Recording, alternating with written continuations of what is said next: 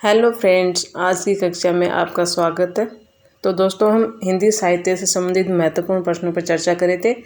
आज का हमारा पहला प्रश्न है, काहे रे नलिनी तू कुमलानी तेरे नाल ही सरोवर पानी। यह पंक्ति किस कवि की है? गुरु नानक, कबीर, हरिदास निरंजनी या दादू दयाल। तो यह पंक्ति किसकी है? यह है कबीरदास की। कबीरदास ने कहा था, काहे रे नलिनी तू कुमलानी तेरे नाल ही सरोवर पानी। तो ये पंक्ति किसकी है? कबीरदास की है। अगला हमारा प्रश्न आता है, अजगर करे न चाकरी पंछी करे न काम, दास मलुक का कह गए सबके दाता राम। तो यह पंक्ति किस कवि की है? दादू दयाल, मलुकदास, सुंदरदास, कबीरदास। तो ये किसकी है? मलुकदास की। आलसियों के मसीहा कहा जाता था ना मलुकदास को। अजगर करे न चाकरी पंछी करे न काम, दास मलुक का कह गए सबके दाता राम। अगला प्रश्न है हमारा, आचार्य रामचंद्र शुक्ल ने कबीर की भाषा को क्या नाम दिया है? आचार्य रामचंद्र शुक्ल जी ने जो कबीर की भाषा को क्या कहा था? या पूर्वी भाषा का, भोजपुरी भाषा, सदुकड़ी भाषा या ब्रज भाषा? तो आचार्य रामचंद्र शुक्ल जी ने कबीर की भाषा को क्या कहा था? सदुकड़ी भाषा कहा था, क्योंकि इसमें कई भाषाओं का मेल था, इसलिए इसकी भाषा को सदुकड़ी भाषा कहा था। अगला प्रश्न आता है, कबीर को वाणी का डिक्टेटर किसने कहा? कबीर को वाणी का डिक्टेटर किस समीक्षक ने कहा है कि किसने कहा? आचार्य रामचंद्र शुक्ल जी ने, हजारी प्रसाद द्विवेदी ने, पीताम्बर दत्त बड़तवाल ने या आचार्य रामचंद्र शुक्ल जी ने? तो किसने कहा है? हजारी प्रसाद द्विवेदी ने कबीर को वाणी का डिक्टेटर कहा है। अगला प्रश्न आता है, साखी शब्द रमणी किसकी रचनाएं हैं? ये जो साखी है शब्द रमणी है किसकी रचनाएं? दादू दयाल की है, कबीरदास की है, सुंदरदास की है या गुरु नानक की है? तो साखी शब्द रमणी वो किसकी है? कबीरदास की है। उनके शिष्य थे धर्मदास। धर्मदास ने इनकी रचनाओं का संकलन किया था साखी शब्द और रमणी से। तो किसकी रचना है? कबीरदास की। हमारा ऑप्शन नंबर 2 सही आंसर है। अगला, साखी का मूल तत्सम शब्द क्या है? जो साखी शब्द और रमणी तीन इनकी रचनाओं का संकलन किया था, तो उसमें साखी का मूल तत्सम शब्द क्या है? क्या शिक्षा है, सखी है, साक्षी या साखी?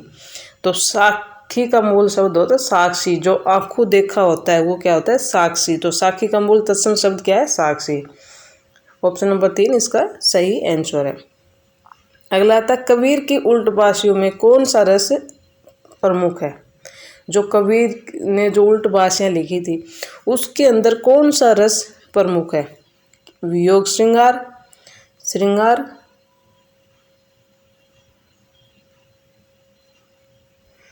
अद्भुत रस, शांत रस या करुण रस? तो कबीर की उल्टबाशियों में कौन सा रस है? अद्भुत रस है इनकी में।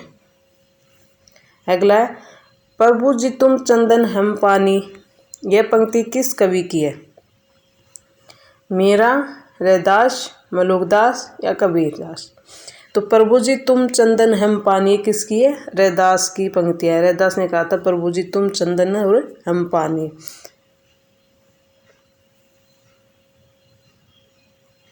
अगला प्रश्न आता है, श्रृंगार रस के घोर विरोधी कौन से संत कवि थे?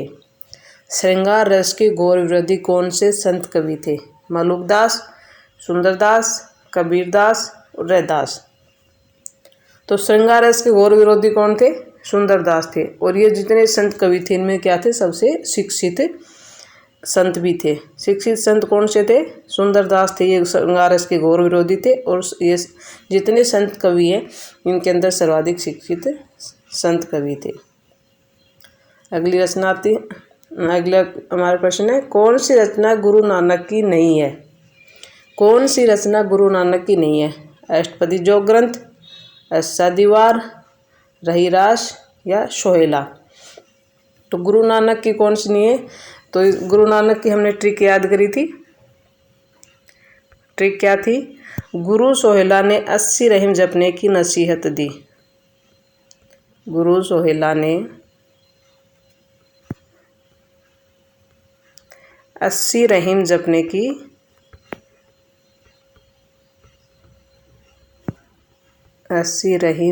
की नसीहत दी।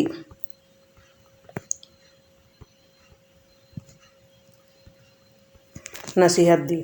तो गुरु से गुरु नानक हो गए, सोहिला से सोहिला इनकी रचना हो गई, 80 से 80 दीवार हो गई, रहीम से रहीदास हो गया, और जपने से जपू जी, और नसीहत से नसीहतनामा। तो 80 दीवार, रहीरास और सोहिला तो गुरु नानक की है, लेकिन अष्टपदी जो ग्रंथ है वो संत हरिदास निरंजनी की है, गुरु नानक की रचना नहीं है। तो ऑप्शन नंबर फर्स्ट हमारा सही आंसर हो जाएगा।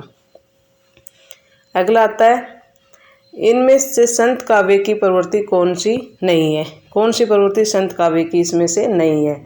तो कौन सी नहीं है? बाह्य आडंबरों का खंडन, जाति पाति का खंडन, सगुण उपासना और आचरण की शुद्धता पर बल। जो संत काव्य थे उनकी कौन सी प्रवृत्ति नहीं है? ये सगुण उपासक नहीं थे, ये थे निर्गुण उपासक। तो ऑप्शन नंबर 3 हमारा सही इसका आंसर हो जाएगा कि जो संत काव्य थे वो निर्गुण उपासक थे, निर्गुण ब्रह्मा को मानकर उन्होंने उनकी उपासना की थी। अगला प्रश्न आता है, कृष्ण रुक्मिणी का प्रेमाख्यान किस पुराण ग्रंथ में है?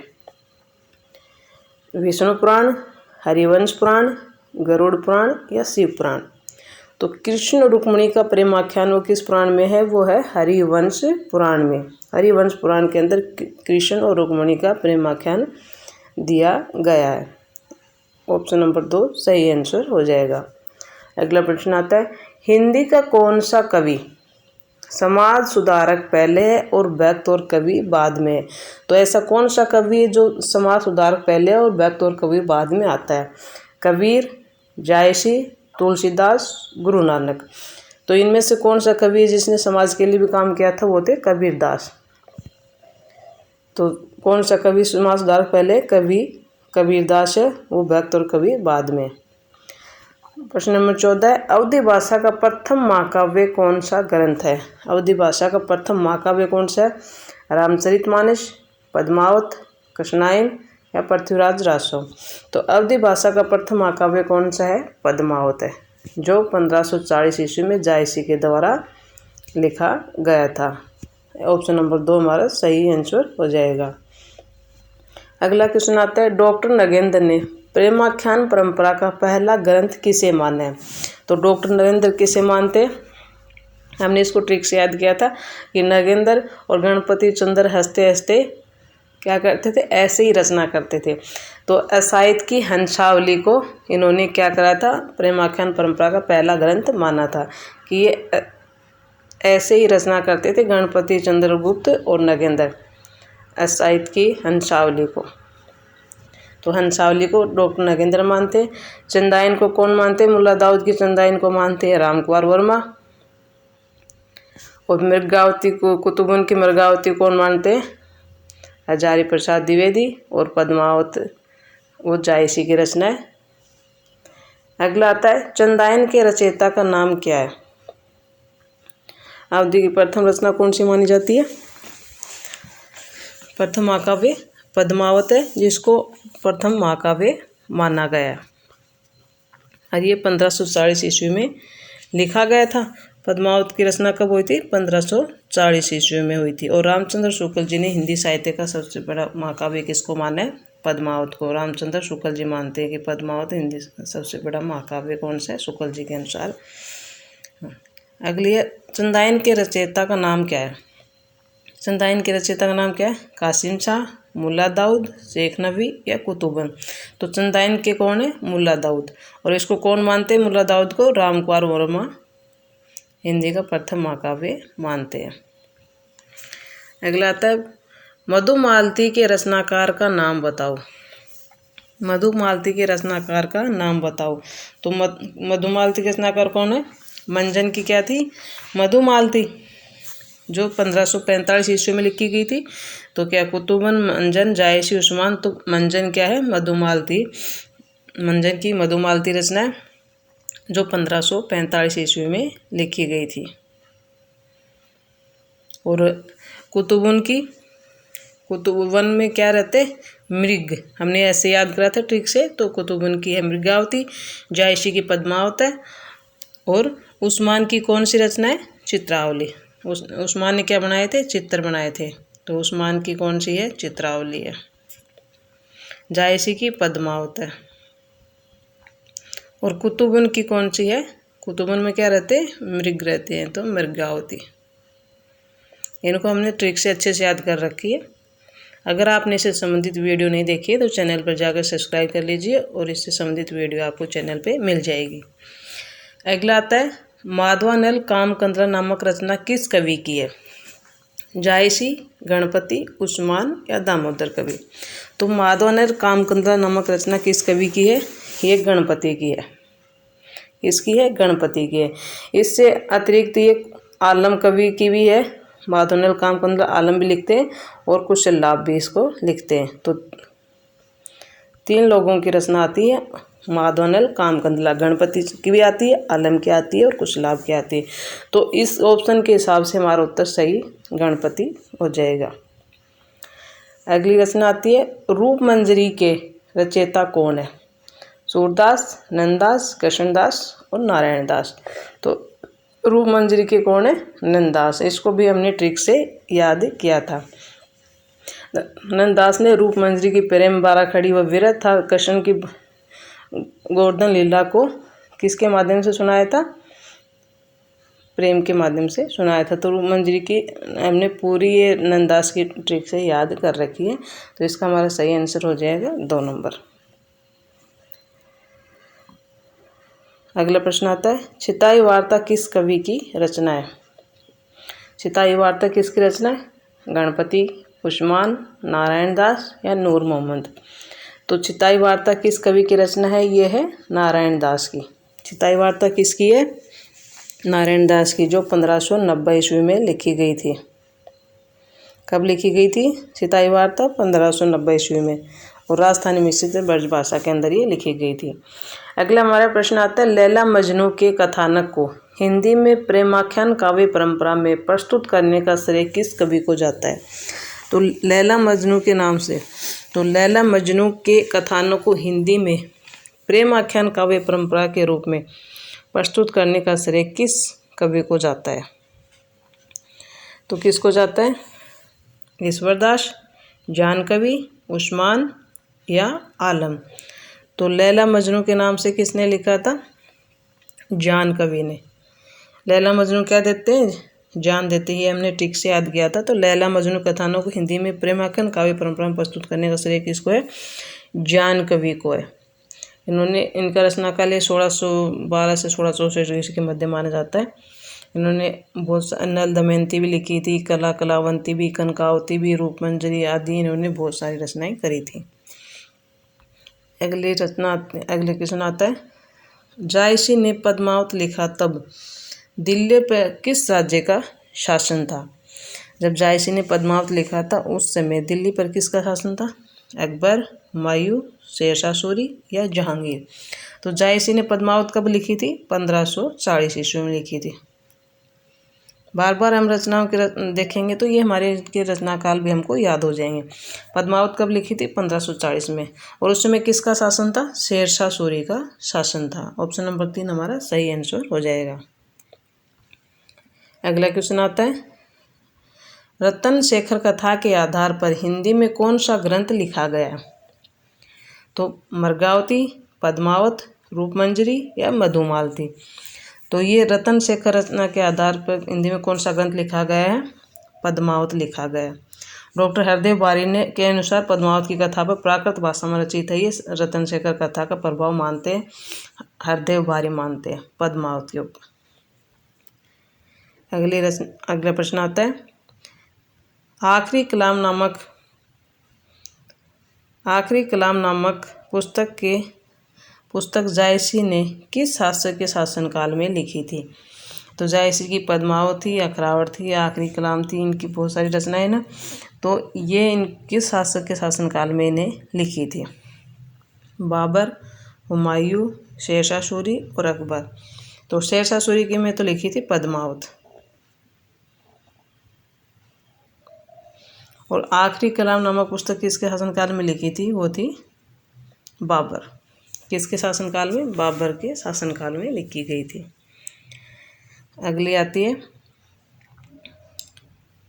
कौन सा कर्म रचना काल की दृष्टि से ठीक है? यानी कि कौन सा कर्म है रचना काल की दृष्टि से ठीक है? नीचे हमको ऑप्शन बनाने हैं इसके। तो कौन सा है? पद्मावत, मृगावती, मधुमालती और चंदायन। चंदायन, मधुमालती, मृगावती, पद्मावत। चंदायन, मृगावती, पद्मावत और मधुमालती। तो इसके अंदर हम जब भी कर सकते हैं जब इनके हमको रचनाकाल याद रहेंगे। तो सबसे पहले है पद्मावत। पद्मावत का रचनाकाल क्या है? 1540 ईस्वी। पद्मावत का क्या है? 1540 है। मृगावती कुतुबन की वो है 1503 ईस्वी में। और मंजन की मधुमालती है, मंजन की मधुमालती कब की है? 1545 की, 1545 ईस्वी में। और चंदायन कब की है? 1300, चंदायन मुल्ला दाऊद की 79 में, 1379 में। तो इनको रचनाकाल के आधार पर लगाएंगे तो सबसे पहले 1379 वाली आ जाएगी चंदायन। तो सबसे पहले कौन सी आएगी हमारी? चंदायन। सबसे पहले हो जाएगी चंदायन। दूसरी कौन सी हो जाएगी? पद्मावत 1540 है, ये 1503 है, 1545 है। तो दूसरी हो जाएगी मृगावती। मृगावती कब लिखी गई थी? 1503 में। फिर पद्मावत 1540 है और मधुमालती 1545 है। तो फिर आ जाएगी पद्मावत। पद्मावत कब लिखी थी? 1540 ईस्वी में। और फिर लास्ट में आ जाएगी मधुमालती जो 1545 ईस्वी में लिखी गई थी। अगर इनको हम बार बार लिख के याद करते हैं तो इसकी रचनाकाल हमें याद हो जाता है। तो सबसे पहले चंदायन, मृगावती, पद्मावत और मधुमालती। तो हमारा ऑप्शन नंबर 3 इसका सही आंसर हो जाएगा। है कि रचनाकाल की दृष्टि सही क्रम कौन सा है? ऑप्शन नंबर 3 है। चंदायन, मृगावती, पद्मावत और मधुमालती। अगला आता है इन रचनाओं को उनके रचनाकार से सुमेलित कीजिए। कि ये जो रचनाएं दी गई हैं उनके रचनाकार से इनको सुमेलित करना है। कवितावली, कवितावली किसकी है? कवि तुलसीदास की है। जो कब लिखी गई थी? जो तुलसीदास की सबसे अंतिम रचना मानी जाती है कवितावली, जो 1612 ईस्वी में लिखी गई थी। चंदायन, चंदायन है मुल्ला दाऊद की चंदायन है। मुल्ला दाऊद की चंदायन लिखी गई थी 1379 यानी कि 1379 ईस्वी में, जो हम देखिए अभी। बीजक, बीजक किसकी है? कबीरदास की, जो उनके शिष्य धर्मदास ने कबीरदास की रचनाओं का संकलन किया था बीजक के नाम से। और जप जी किसकी है? गुरु नानक की। गुरु सोहला ने 80 रहीम जपने की नसीहत दी। तो कबीर, इनका सही आंसर कैसे हो जाएगा? कवितावली किसकी है? तुलसीदास की है। चंदायन मुल्ला दाऊद की है, ये ऑप्शन ये 4 है। बीजक कबीरदास की है और जप्पू जी है वो गुरु नानक की है। तो कवितावली तुलसीदास की 3, 4, 2 और 1, ये हमारे इसका सही आंसर हो जाएगा। इसका सही क्रम कौन सा है? सही हो जाएगा। अगला प्रश्न आता है किस काव्य ग्रंथ में वर्णमाला के प्रत्येक अक्षर को लेकर सिद्धांत निरूपण किया गया है? तो किस काव्य ग्रंथ में वर्णमाला के प्रत्येक अक्षर को लेकर सिद्धांत निरूपण किया गया है? आखिरी कलाम, अखरावट, हंस जवाहिर और ज्ञानदीप। तो किस काव्य ग्रंथ में किया गया है? वो किया गया अखरावट में। जो किसकी है? जायसी की है ना। आखिरी कलाम जो बाबर के शासनकाल में लिखी गई थी ये भी जायसी की है। अखरावट है, ये भी प्रत्येक अक्षर को लेकर इसमें सिद्धांत निरूपण किया गया है। हंस जवाहिर, हंस जवाहिर किसकी है? कासिम शाह की है। और ज्ञानदीप, ज्ञानदीप किसकी है? शेख नबी की है। तो इसका सही आंसर हो जाएगा ऑप्शन नंबर 2 सही आंसर हो जाएगा। कौन सी नायिका किस काव्य ग्रंथ की है? इसमें नायिका बताना है कि कौन सी नायिका वो किस काव्य ग्रंथ की है। तो मारवणी, मारवणी किसकी है? मारवणी है डोला मारूरा दुहा। मारवणी किसकी नायिका है? डोला मारूरा दुहा। मारवणी डोला मारूरा दुहा। अगला आता है देवयानी, देवयानी किसकी है? ज्ञानदीप की है। देवयानी किसकी है? देवयानी है ज्ञानदीप की। देवयानी ज्ञानदीप की, इनकी शेख नबी की है। और इनकी रचना कौन सी है? ज्ञानदीप है। देवयानी शेख नबी की नायिका है और इसकी इसमें से ज्ञानदीप हो जाएगा। और ज्ञानदीप इसके नायक हैं और देवयानी क्या है? नायिका है। शेख नबी की रचना है ज्ञानदीप, उसमें नायक और नायिका, नायक है ज्ञानदीप और देवयानी क्या है? नायिका है, जो अवधी भाषा में लिखी गई है। फिर चंदा, चंदा की क्या है? चंदायन। चंदा चंदायनी की चंदायन रचना है किसकी? मुल्ला दाऊद की। और इसकी नायिका कौन है? चंदा। और नायक कौन है इसका? लोर। फिर आती कामकंदला, माधवनल कामकंदला की। तो ये किसकी है? आलम की है, जो 1584 में लिखी गई थी। इसमें माधव है वो तो इसके नायक है, और कामकंदला क्या है? नायिका है। तो इसका सही ऑप्शन आप देख लेना। इस मारवणी ढोला रामार दुआ की होगी, देवयानी ज्ञानदीप, चंदा चंदायन और कामकंदला माधवनल कामकंदला। अगला आता है अंगवधु के संकलनकर्ता कौन थे? जो अंगवधु रचना थी उसके संकलनकर्ता कौन थे? दादूदयाल, रज्जब, सुंदरदास, परशुराम चतुर्वेदी। तो अंगवधु के संकलनकर्ता कौन थे? रज्जब जी थे। ये किसकी रचनाएं थी? ये दादूदयाल की रचनाएं थी, इनके शिष्यों ने इनके 3 रचनाओं का संकलन किया था। पहली आती थी हरडेवाणी। हरडेवाणी को संतदास और जगन्नाथ दास ने इनकी रचना, दोनों ने मिलकर इनकी रचनाओं का संकलन हरडेवाणी से किया था। रज्जब जी ने अंगवधु के नाम से किया था, और परशुराम चतुर्वेदी ने किया था दादूदयाल के नाम से। तो दादूदयाल की रचनाओं का संकलन 3 इनके शिष्यों ने मिलकर 3 रचनाओं का इनका संकलन किया था। तो दोस्तों आज के लिए इतना ही, मिलते हैं अगली कक्षा में। तब तक के लिए okay friends, thank you and bye bye. और हाँ, अगर आपको कक्षा में थोड़ा बहुत भी कुछ भी अच्छा लग रहा हो तो प्लीज़ एक लाइक, शेयर एंड सब्सक्राइब कीजिए। ओके।